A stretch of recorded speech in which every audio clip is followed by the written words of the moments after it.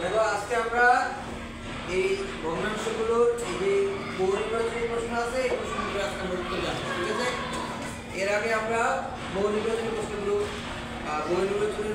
সম্পর্কে কিভাবে প্রশ্ন আসবে আমরা জানি এবং ভগ্নাংশ সম্পর্কে আমরা কি করছি অনেক আলোচনা করেছি।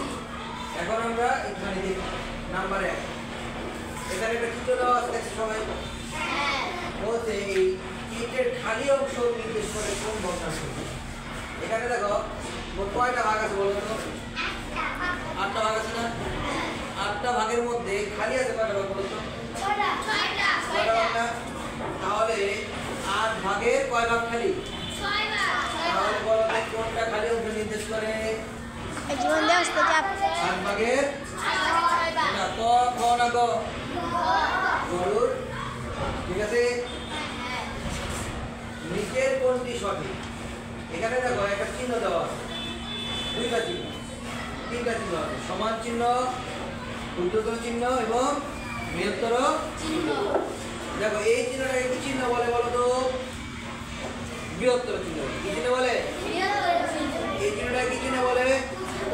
সবাই বলো কি চিহ্ন বলে? ক্ষুদ্রতর চিহ্ন। আর যে দিকে খোলা মুখ, দেখছো খোলা মুখে কোনটা থাকে? বড়টা নাকি? আমরা কুমিরের গল্পটা শিখছি নাকি? কুমির কোনটা দিকে হা করে থাকে? বড়টা দিকে হা করে থাকে নাকি? তার মানে এই যে কুমির, দেখছো কুমির এই দিকে হা করে, এদিকে কোনটা? বড়টা। এদিকে কোনটা? এদিকে ছোটটা। এদিকে কোনটা?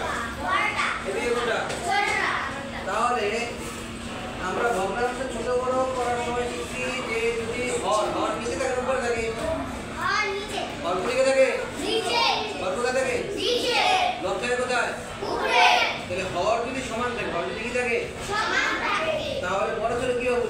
যার লব বড় সেই হলো কি বড়, আর যার লব ছোট সেই হলো কি ছোট। দেখো তো এই পুরোটার হর সমান না? এদের মধ্যে বড় কে? তাহলে এই দুইটা ভগ্নাংশের মধ্যে বড় ভগ্নাংশ কোনটা? এবার হা করে কোন দিকে? 9 ভাগের, ঠিক আছে? তাহলে তুমি কি ঠিক জায়গায় হা করে রয়েছে? তাহলে এটা কি? তাহলে সঠিক, ঠিক আছে? 9 ভাগের 5 বড়, 9 ভাগের 2 ছোট। এরপরে দেখো যোগ বিয়োগ করার সময় আমরা কি শিখেছিলাম? হর যদি কি থাকে? সমান থাকে, উপরের সাথে উপরেটা কি করতে হয়? যোগ করতে হয়। উপরেটা থেকে উপরেটা কি করতে হয়? বিয়োগ। যোগ করলে উপরের দিকে বাড়ে, বিয়োগ করলে উপরে থেকে এখন দেখো কমছে না বাড়ছে? কমছে না? এখানে ছিল 8, এখানে ছিল 10, তাহলে উপরেটা দিকে 3 কমছে না? হর যদি সমান থাকে তাহলে লব থেকে লব বিয়োগ করলে কি করে? কমে নাকি? তাহলে এখানে উত্তর কোনটা বলতো? কোন ভগ্নাংশটি 1 এর সমান? আমরা জানি যার হর এবং লব সমান সেই ভগ্নাংশটি কার সমান? 1 এর সমান, ঠিক না? এখানে বলতো কোন ভগ্নাংশটার হর এবং লব সমান? খ। হ্যাঁ, এখানে হর ও 3, লব কি? তাহলে এই ভগ্নাংশ হর এবং লব কি সমান? তাহলে এই ভগ্নাংশটি কার সমান? 1 এর সমান। বুঝতে পারছি আমরা?